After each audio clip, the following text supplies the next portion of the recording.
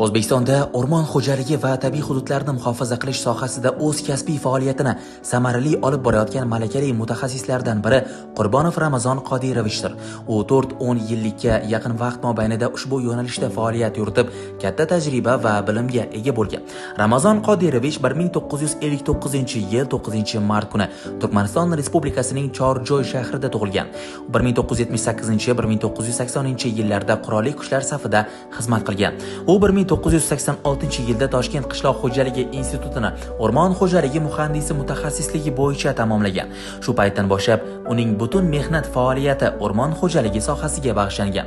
Uning mehnat yo'li dastavval Jahon o'rmon tuzish loyiha qidiruv korxonasining O'rta Osiyo bo'limi filialida O'zbekiston Respublikasida o'rmon tuzish va loyiha qidiruv korxonasi muhandisligi bilan boshlangan bo'lib, keyinchalik O'zgipro o'rmon loyiha kabi taniqli loyihalash tashkilotlarida guruh rahbari, bosh muhandis, direktor o'rinbosari kabi mas'uliyatli vazifalarda ishlagan.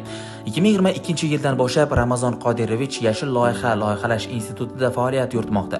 Hozirda u ushbu institutning o'rmon fondi va muhofaza etiladigan tabiiy hududlarni loyihalash bo'limi bosh mutaxassisi sifatida xizmat qilmoqda. Uning ishi mamlakatimizda o'rmonlarni saqlash, tiklash va muhofaza etish ishlarini ilmiy asosda amalga oshirishga xizmat qilmoqda. Ramazon Qodirovich rus tilini biluvchi mutaxassis bo'lib, o'z kasbiga sidqidildan yondashadi. U turli loyihalarni amalga oshirishda, tabiat boyliklarini asrash va ulardan oqilona foydalanishda jonbozlik ko'rsatib kelmoqda. Tajriba, mas'uliyat va fidoyilik ana shu xislatlar Ramazon Qodirovichni o'z sohasida munosib mutaxassis sifatida ajratib turadi.